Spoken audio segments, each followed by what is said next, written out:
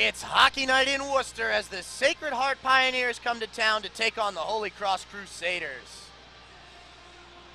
Hello and welcome inside our broadcast booth. I am Dan McLoughlin. Alongside me is Justin Moore. This is the fourth time these two teams have matched up just in the last 3 weeks alone. They played here last night and it was the Crusaders coming away with a 3-1 victory.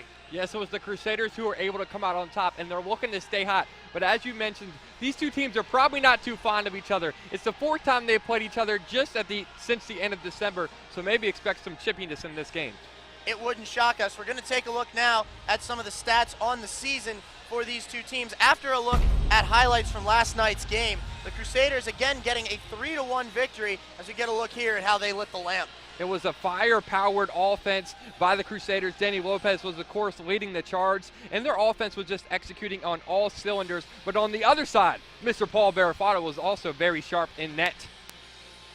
It's always been Paul Barafato. He's gotten every start for the Crusaders during the last couple of seasons, and now we're going to get a look at some of the statistics that these teams have this year. The Crusaders putting up 3 goals a game, a very solid number. Sacred Heart giving up close to 4. But one of the things that sticks out, the power play percentages are not high. Yeah, the special teams numbers for both of these squads are not where you want them, but this is a game where you could improve those numbers. And as you mentioned, the goals against Sacred Heart is something that favors in Holy Cross. The lone Pioneer goal last night scored by the freshman defenseman Alex Bates. You get a look at him here. It's a tough role for a freshman to step in and lead a decor, but he's doing a nice job.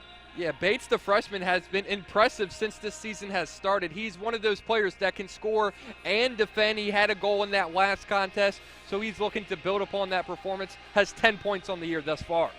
From a two-way defenseman to a top-line forward for Holy Cross, it was the Danny Lopez show last night. Following a shakeup in the lines, he responded with his new line mates Brett Mulcahy and Ryan Farrell to the tune of a hat trick. As you saw on the highlights, it was all Danny Lopez. He had that hat trick. He's currently 4th in the team in scoring with 14 points. He has just been magnificent all season long, and he's a player that Holy Cross might be looking to feed today. Just a few minutes from puck drop, these two teams have matched up 3 times already this year. The Crusaders, a pair of wins and a tie. We'll be back in Worcester in just a couple for the start of what should be an exciting Atlantic hockey matchup.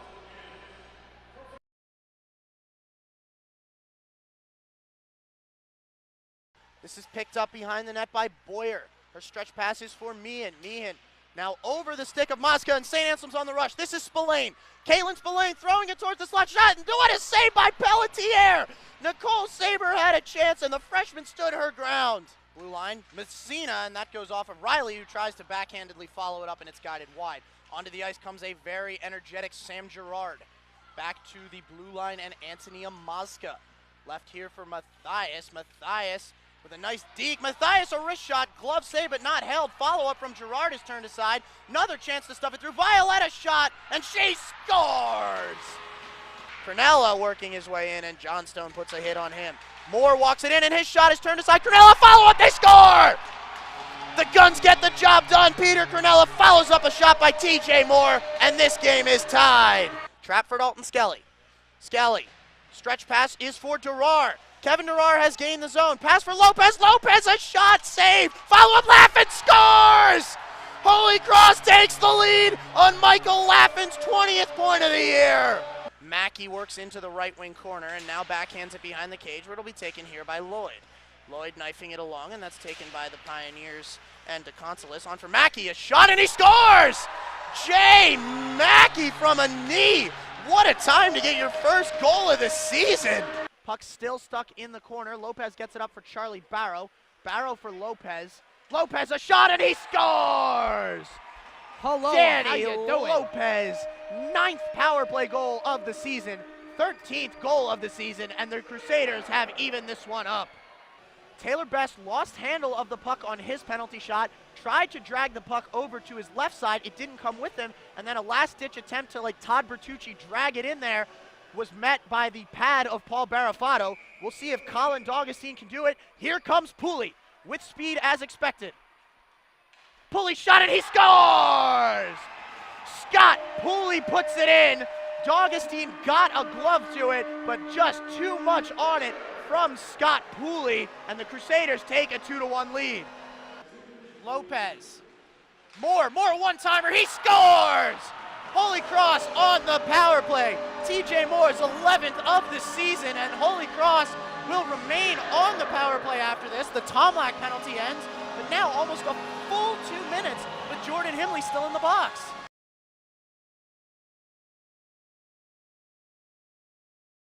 Left there, good chance, but well defended by Mandy Cure. Comes back in, this is Mueller. Mueller tries to throw it towards the net. First shot was blocked by Messina, and the second one is corralled by Julia Pelletier. And it seems like the Hawks are starting to get a little bit more comfortable on their offensive side. Finally, they haven't got a lot of shots off just yet, but you can see the play is starting to really center around their side of the ice. Holy Cross is more on their back defensively. We'll see how they respond. Got to look there at the chance by Maeve Riley. We've seen it before. She had a breakaway goal last week against Post. She's outstanding in one-on-ones, and I think if the Crusaders, not NCAA rules, obviously. Violet, stretch pass for Riley. We'll come back to that. Maeve Riley. Violet a chance, but that's really nicely defended. Captain Matthias' shot goes wide. Knifed along, but only as far as Victoria Young. Young, a snapshot. Redirect by Violet, covered by Scavato.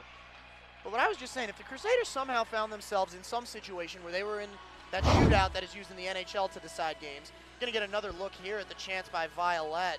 Kara Violet's going to be out there. I want Maeve Riley shooting first. Maeve Riley, as you said, fantastic in one-on-one opportunities. We haven't seen the greatest example of it yet, but you see glimpses of her firepower. Scored on a breakaway against Post last year, and a highlight reel goal her sophomore year here at the Hart Center, right at the beginning of a period. So I think if they're in a shootout, those are your first two shooters, Riley and Violet. Of course, not a rule in NCAA hockey. Overtime is 5 minutes of 5-on-5, and if it's a tie, it's a tie. But it's fun to talk about it, though. Absolutely. Nice stretch pass there from Spillane, but over the stick of Meehan, and it comes on for Tori Messina. This is Gillis. Gillis for Cara Violet. Violet throws it back into that one off the linesman. Comes on for Listener. Listener, a shot, went through the legs of Guy, but turned aside by Scavato. Taken behind the net here by Haley Marshall, and her pass only comes as far as Messina, who throws it back towards the net. Listener, a chance, and that was blocked. Doherty, a follow-up, and another save by Maddie Scavato, the junior, showing why her save percentage is north of 950. It looks like I flipped the script. As soon as I said something about the Hawks starting to get comfortable offensively, Holy Cross said we have another idea here, and their offense is really starting to heat up again. Scavato has done a good job hanging on, just keeping this a one-goal lead, but the Crusaders' scores are starting to heat up. Goosetree wins the faceoff off the type. It comes from Messina, and her shot is blocked by Sprague. Thrown back in, and it'll come onto the stick of Lefebvre, only as far as Gillis. Gillis throws it into the corner. Still no sign of Jackie Gellner, so we probably will not see her for the remainder of this contest. Crusaders have 5 defensemen, but they've got 5 good ones. Kept back in the offensive zone here by Holy Cross and Kelsey Goosetree. This is Lefebvre, who guides it forward for Madison Sprague. Sprague with Cure on the forecheck. Puck one back. Goosetree takes a bit of a hit, and now a tumble. Went down there along with Lefebvre. The freshman McQuaig knifes it back in. Goosetree couldn't touch it, would have been offsides. Top line back out there for Holy Cross. Neither fourth line has touched the ice. Gorecki gaining the zone. Wheels back around. She's got Mazka on her back. Thrown behind the Crusader cage where it comes on for Allison Atea. Backhanded along over the stick of Maeve Riley and back here for Boyer. Boyer throws it on net, and that's turned aside by Pelletier. Atea behind the net. Mazka. Violet backhands it, wanted Matthias, but she wasn't far enough along. It's thrown back by Megan Klaus, and it'll be chased here by the freshman Atea. Allison Atea almost through Conger, but kept back in there by number 16. That's Mary Lambert, third line center. In St. Anselm, we've seen their third line some. It's been a lot of the top 2. Here comes Matthias for Holy Cross. Julie Matthias, who ties for the team leading goals with 7. Scored a pair in a shutout win against Harvard. Scored a pair in a 4-3 loss against Dartmouth. And has been really the hot stick for Holy Cross much of the season. Violet, back to the blue line, and Gillis. Fast-moving third period, no penalties. Gillis throwing it into the corner where it comes on for Sam Girard. Girard tries to leave for Listener, but they weren't quite on the same page, and it's checked away by Guy and comes on for Klaus. Klaus loses the puck. Girard picked her pocket. Guy off the boards, and it comes on for Madison Conger. As far as the blue line, Young sends it back in for Holy Cross. It'll be chased down here by Guy. Thrown into the corner. Sam Girard has been all over the place in this one. And she again tries to find Listener, and Listener couldn't handle it. Frozen by Scavato. Good chance for Holy Cross. And you don't want to say that a goal ices it, but you're feeling a lot better with a 2-goal lead than you did with a 1. Well, certainly, if you have a 2-goal lead with a goaltender that's playing as good as yours is, with less than 5 minutes remaining, it's a pretty good situation, but Emily Listener couldn't really have got a better one. I just don't think she received that pass the way she was hoping for.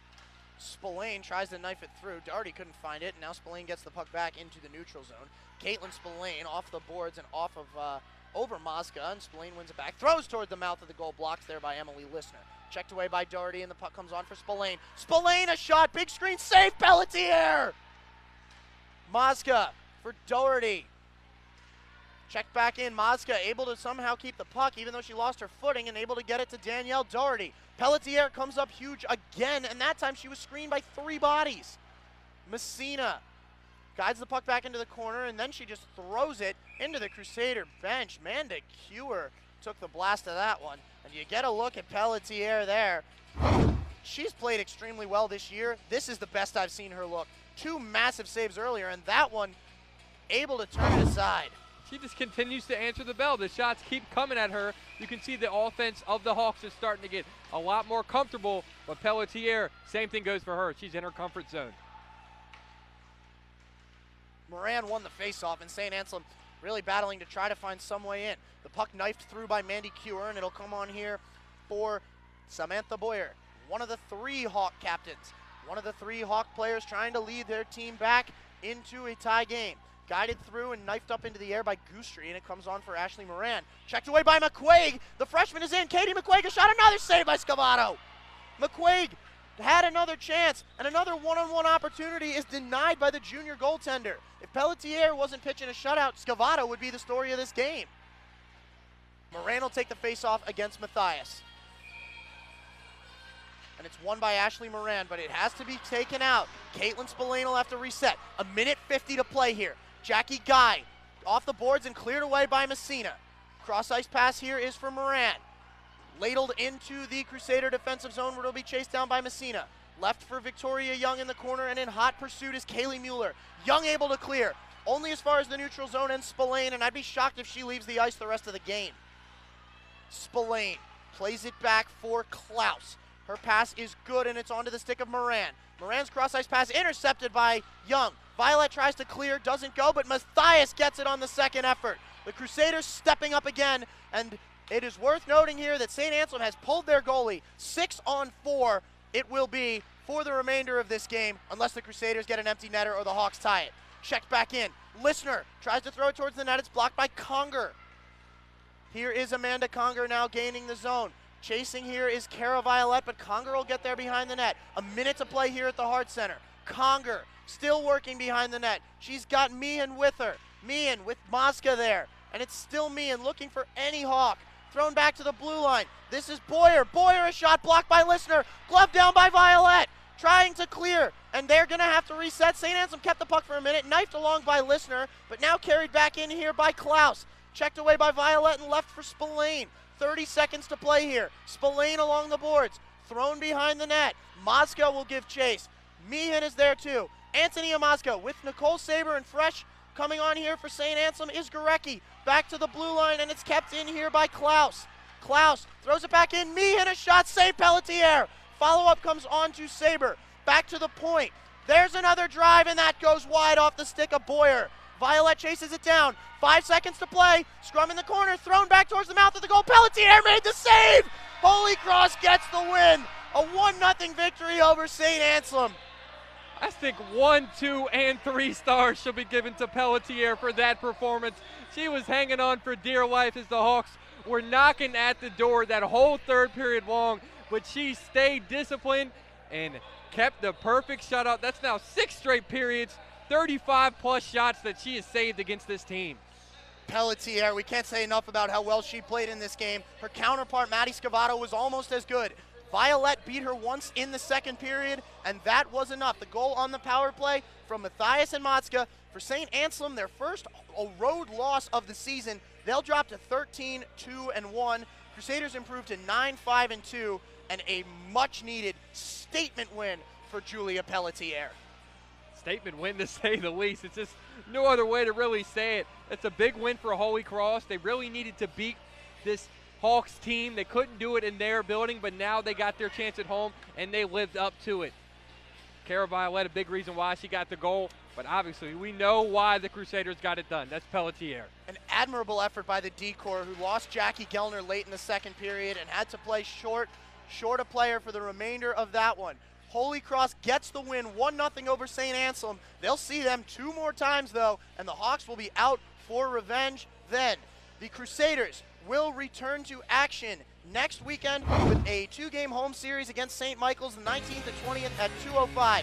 For my broadcast partner, Justin Moore, I am Dan McLoughlin, signing off from Worcester. Thank you for watching the Patriot League Network on Stadium.